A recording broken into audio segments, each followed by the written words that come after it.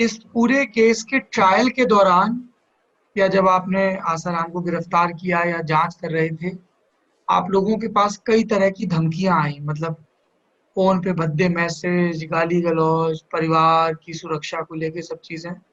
मैं चाहता हूं कि आप बताएं, क्योंकि होता क्या है अजय कि अ, चूंकि आप लोग पब्लिक लाइफ में हैं, तो पुलिस की जब कभी ब्रूटैलिटी सामने आती है या कुछ होता है, तब हम एक मीडिया के तौर पे उसको सामने भी रखते हैं और एक सिविल सोसाइटी में उसको क्रिटिसाइज भी किया जाता है।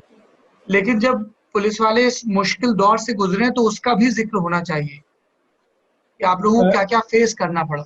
ये जो ही एफआईआर दर्ज हुई है, एफआईआर दर्ज होने से लेकर के सजा होने तक और सजा के बाद भी, इनफैक्ट सजा हुई है 2 साल हो गए, उसके बाद तक इस पूरे केस से जुड़े हुए समस्त पुलिस अधिकारी, इस पूरे केस से जुड़े हुए अनेक विटनेसेस और इस केस के विक्टिम और विक्टिम की फैमिली, उन सबको अनेक तरह की धमकियां, चाहे वो टेलीफोनिक धमकियां दी गई है, कई बार वो चिट्ठियां लिख के धमकियां दी गई, कई बार उनके घर से ऑफिस, ऑफिस से घर जाने के रास्ते को फॉलो किया गया, उनके घर और ऑफिस के बाहर उनकी रेकी करी गई। ये सारे होने के साथ साथ अनेक विटनेसेस पे हमले भी हुए।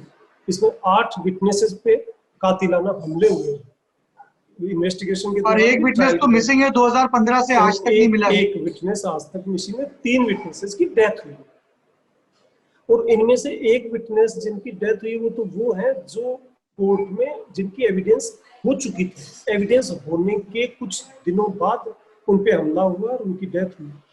तो उस वजह से कृपाल सिंह ठाकुर की बात कर रहे हैं। कृपाल सिंह ठाकुर जिनका एविडेंस कंप्लीट होने के बाद उनको मार दिया गया। ऐसे में किसी भी विटनेस को कोर्ट तक ला पाना एक बड़ी चुनौती थी, क्योंकि सबके अंदर ये डर भर गया होगा कि ये तो बाबा मुझे मरवा देगा, बाबा तो मुझे मरवा देगा। हर किसी को एक डर थी। इसमें हमारे जो एडवोकेट्स, हमारे जो पब्लिक प्रोसिक्यूटर जो पैरवी कर रहे थे विक्टिम की तरफ से, उनको भी धमकियां दी गई, उनके परिजनों को धमकियां दी गई, पुलिस के अधिकारियों को धमकियां दी गई। और यहाँ तक कि इस केस की जो आई है चंचल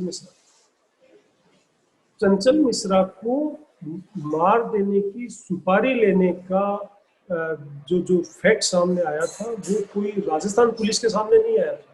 किसी एक केस में गुजरात में किसी विटनेस पे हमला हुआ, उसमें अक्यूज्ड गुजरात पुलिस ने अरेस्ट किए और उस अरेस्ट के दौरान जब इन्वेस्टिगेशन हुआ तो उस इन्वेस्टिगेशन में ये चीज सामने आई कि उन्होंने चंचल मिश्रा को मारने की भी सुपारी ली है। और उसके पश्चात राजस्थान गवर्नमेंट ने चंचल मिश्रा को फुल टाइम कमांडोज की सुरक्षा दी ताकि वो एक सेफ महसूस कर सके और एक रियल एनवायरनमेंट में ही वो जाके अपना विटनेस दे पाए।